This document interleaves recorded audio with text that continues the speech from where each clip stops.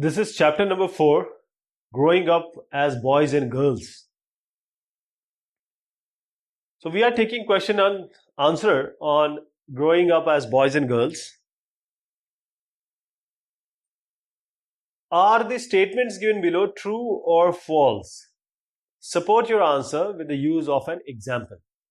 First is, all societies do not think similarly about the roles that boys and girls play. And this statement is true.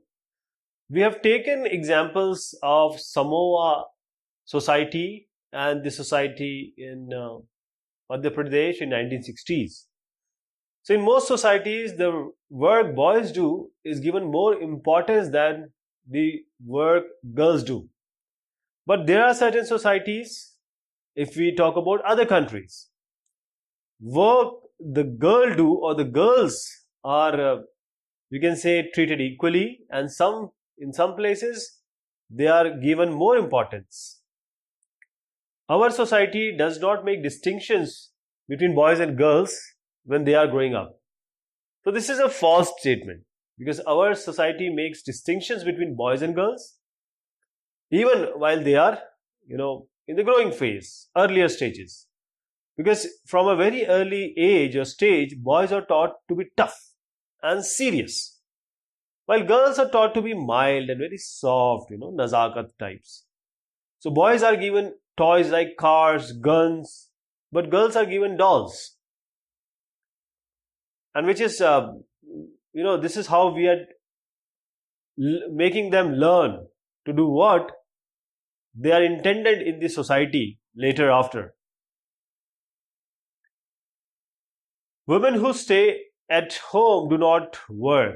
Now this is a big false. Women who stay at home do a lot of household activities, chores. They cook food, wash clothes, sweep floor. There are numerous things that they do, and some of which are really, strenuous and requires a lot of physical work. The work that women do is less valued than that of men, and this is very true. Women do a lot of work. Actually, they are doing dual work, double burden. The main responsibility for housework or caregiving, a task, lies with women. Yet the work they do with the home is not in the home is not recognized at all as a work. This is assumed that these things comes naturally to a woman or a girl. So because they are not paid for it. And this is the main reason why our society devalues women's work, and which is far more, challenging, involve physical labor. Housework is invisible and unpaid work, physically demanding, time consuming. So you have to write in your own words what is meant by the term invisible, physical demanding, and time consuming. Give one example of each based on the household task undertaken by women in your home. First of all, we'll start with the invisible thing. So this means that those things which are not visible to our eyes, naked eyes. For instance, the main responsibility of housework and caregiving tasks, looking after the family, especially young kids, children, the elderly people, sick members, this lies with women. So there are such work or tasks which are not very often recognized as proper work. That is why they remain invisible. So the women are not making, say, a wall. After some time, we can analyze or find out that how much wall is created. So this is not that thing, but it is more than making a wall. Taking care of it has to be, women has to be very vigilant and on their toes. So they are doing those things which are invisible, but they require a lot of effort. Physically demanding. Very tough and difficult tasks are physically demanding. For example, women do a lot of work inside the home, like carrying heavy loads, firewood, fetching water from far off place, washing clothes of the entire member of the family. It's really very tough and difficult.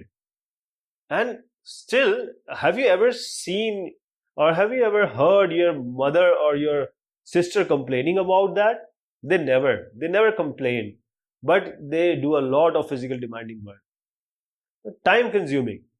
So household work that take much time, because let us take an example. Women routine begins early in the morning.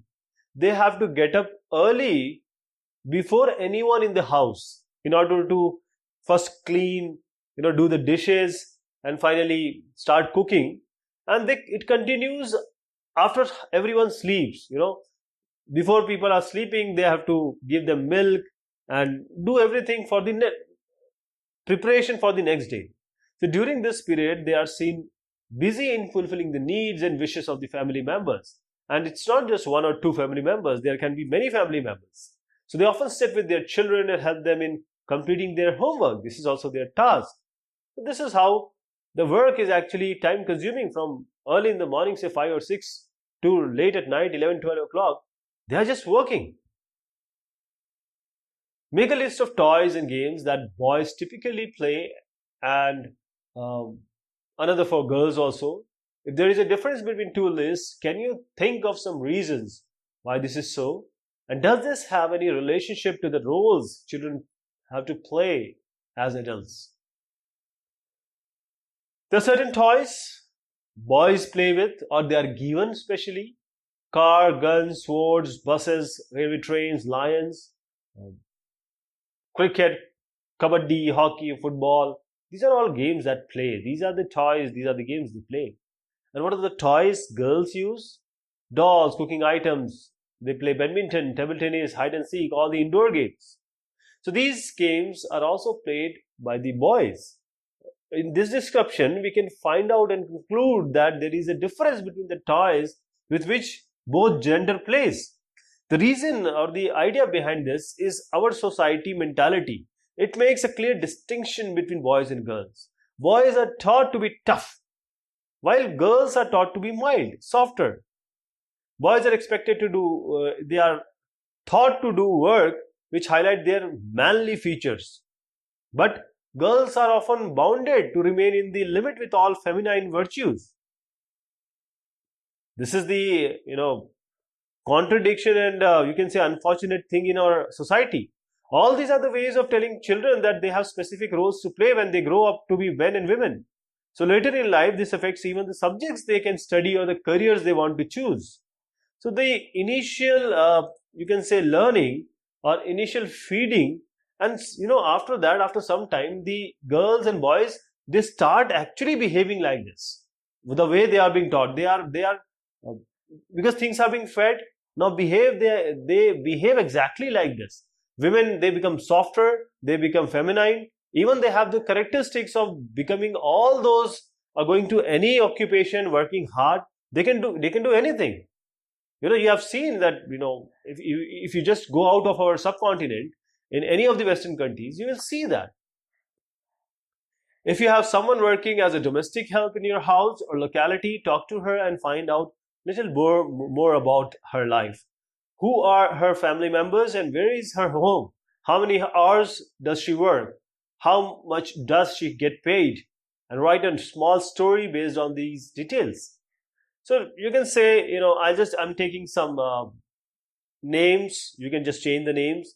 Like Sharda, Shakuntala, any Sita, have been working in my house for several years as a domestic help. She hails from some village, say in West Bengal, Bihar, or any place you can say. She lives in Delhi, or the place you live, with her husband and one daughter who is in her teens. She comes to my house early in the morning, 5:30, and retires from the work at night 8 p.m. So in between, she goes to her house for 2 hours. She does every work very efficiently, skillfully. She's a disciplined woman. She never gives a moment to complain. And due to this fact, we have developed a very cordial relation with her and her family. We regard her as our own family. We also pay her a handsome amount. She gets 3,000 per month. See, when the people are earning more than 1 lakh or 1.5 lakhs a month, this woman is only given 3,000 for whole day. And other facilities also, you can say that we give her food, clothes, medicine. Her husband is a rickshaw puller who also manages to earn some good amount. And this is how Sharda lives a very happy life with us and her family members. So this is the ideal condition actually, this we explained as ideal condition. These are not the ideal condition, because they live in such filthy condition. There are always some problem like health issues, and rickshaw puller doesn't get the, you can say, sawariyan every day, every time. And this 3000 is just you can say a salt in a vegetable curry, so it's very less.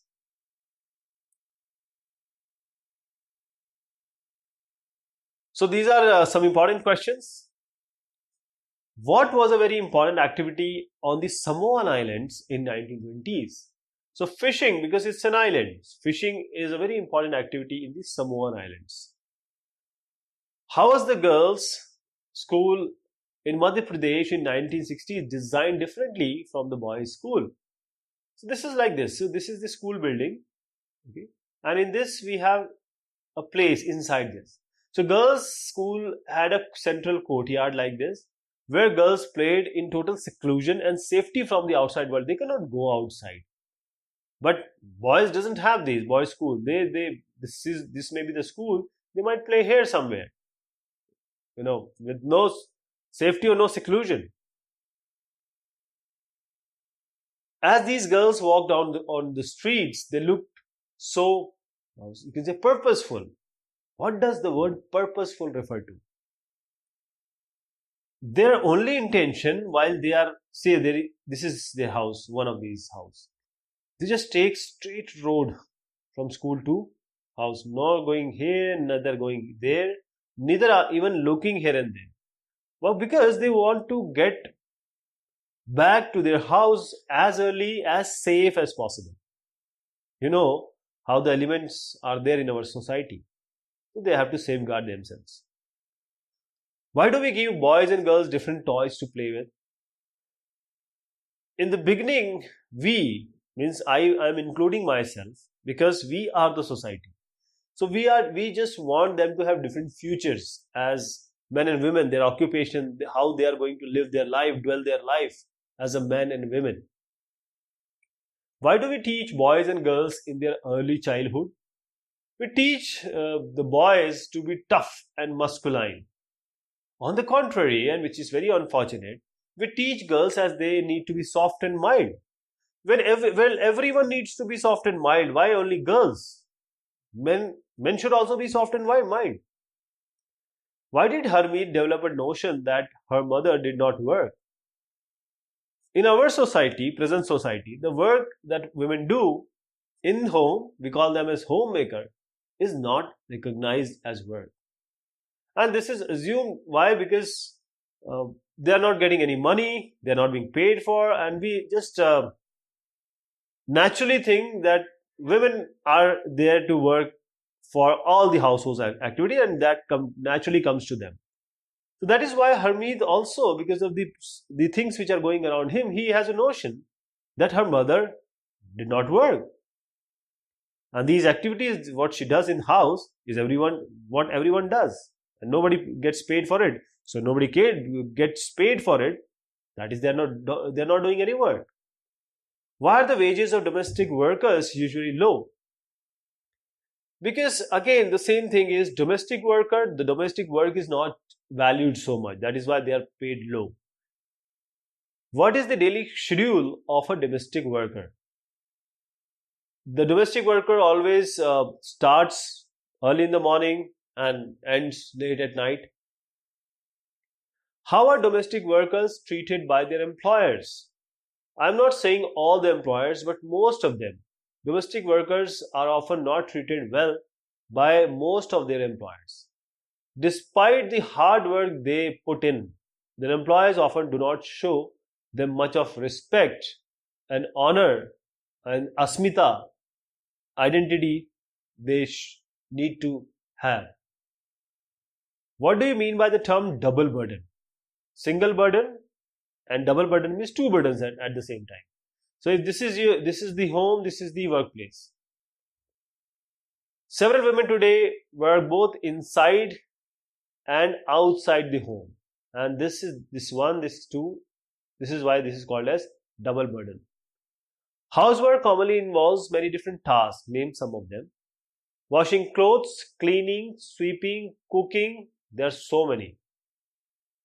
Why do girls like to go to school together in groups?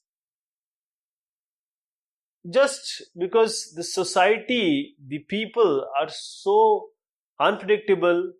That is, there are bad elements in our society, and there are so many bad elements. That is why the girl have to be in group so that they feel secure, safe. And this is really, 21st century. This is so unfortunate that half of the population of our country is feeling unsafe. What did boys do every evening once the school was over? Now boys can do anything. Hmm? Every evening once the school was over, boys watched hundred of schoolgirls crowded the narrow street. The girls walked on the street in a group, and their only intention was to get straight home. Boys, they used to use the street as a place to stand for hours around idling, doing no work, to play, try out the tricks with their bicycles or maybe bikes or maybe cars. And they don't have any time to reach house. They can reach anytime. They are not scared. They are just considered to be safe. This is really a dilemma in our society. Why does our society devalue the work women do inside the home? So women, they discharge a lot of responsibilities inside their home. They look after the family, especially the young kids, elderly and sick members. They manage the activities so efficiently. You will not find any lag, anything which you can point out. Mama, aaj aapne ye nahi kiya. Mama, you didn't do that. Your mama, your sister, they do everything, so efficiently. They cook food standing for hours in front of hot stoves, wash clothes, maintain cleanliness. In rural areas, the situation is even worse. The women and girls, they carry heavy head loads of firewood. These works are not considered a real work in our family and societies. The work that women do within the home is not recognized as work. It is assumed that this is what they naturally do. And due to this fact, it does not have to be paid for. So our society devalues such work, and there is no payment at all. And we just think they don't do anything. Our constitution does not discriminate between male and female, but inequality between the sexes, genders exist. What does the government do to remedy this situation? The government recognizes that burden of childcare and housework fall only on girls and women. And this naturally has an impact on whether girls can attend school. So it determines whether women can work outside the house and what kind of jobs and careers they can have. So the government has set up Anganwadis or childcare. We call them in our places creches in several villages in the country. So government has passed laws that makes it mandatory for organization that have more than 30 women employed to provide creche facilities. The provision of creche helps these women to take up employment outside the home, to earn money, to earn bread for their family. So girls have also been benefited through this provision.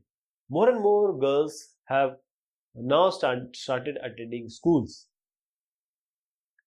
Give an account of growing up in Samoa in 1920s.